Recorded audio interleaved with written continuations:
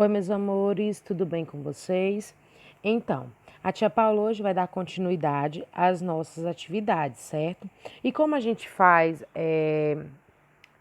eventualmente, cada semana a gente faz a correção das atividades da semana anterior.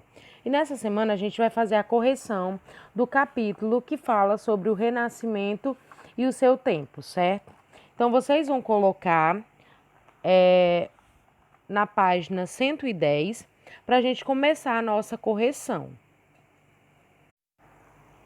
Vamos lá então. Coloquem na página 110 e vamos corrigir a história em questão. A primeira questão é uma questão de resposta pessoal, certo? Então essa a gente não vai corrigir. A segunda diz o seguinte: até o século XV, os fenômenos da natureza eram matéria religiosa. A verdade se baseava na fé e na tradição, isto é, na Bíblia e nos ensinamentos dos mais velhos. Os renascentistas, eles não aceitavam essa atitude.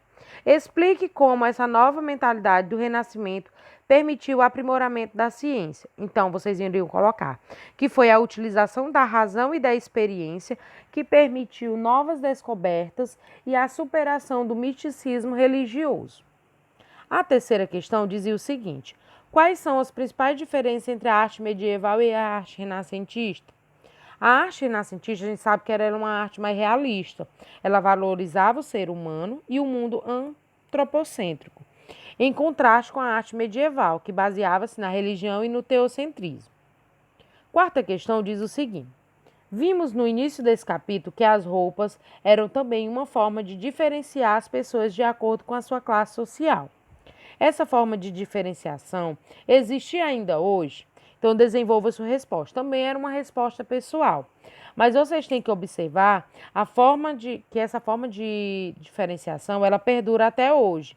Sobretudo, principalmente, no que se refere às marcas de roupa, certo? Principalmente na distinção das pessoas de acordo com a classe social. Então, agora aí a gente finaliza a página 110 e vamos para a página 118. Também é uma atividade de história em questão e vocês vão explicar por que na Idade Moderna o modo de pensar do mundo ocidental deixou de ser teocêntrico e passou a ser antropocêntrico. Então, a gente sabe que a nova configuração social do mundo moderno, ela trouxe ao ser humano ele para ser o centro das atenções, relegando a religião a um plano menos importante do que a Idade Média. Então, quando ele fala do teocentrismo, ele traz muita questão religiosa e ela passa a ser antropocêntrica, ou seja, ela coloca o ser humano como centro das atenções. Na segunda questão, diz o seguinte: por que as cidades italianas foram o berço do renascentismo?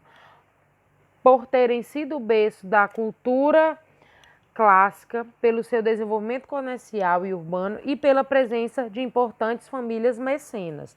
Então, essa era considerado o berço do Renascimento.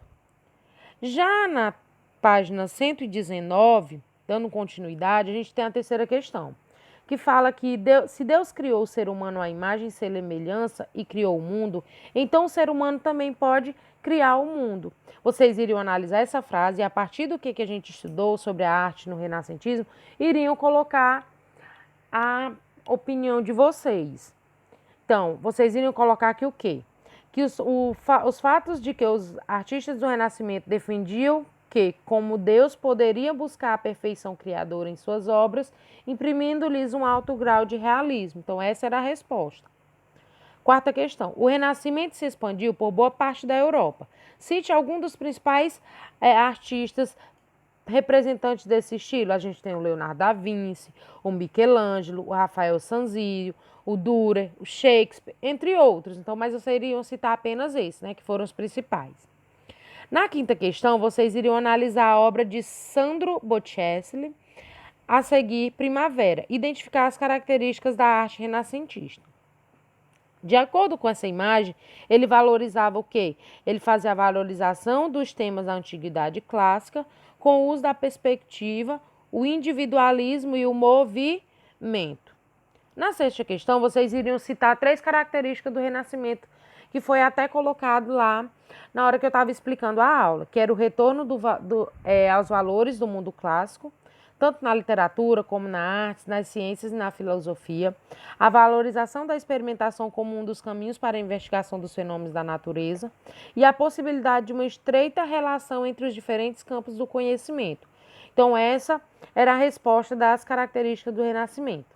E aí nós finalizamos aí na página 119, certo?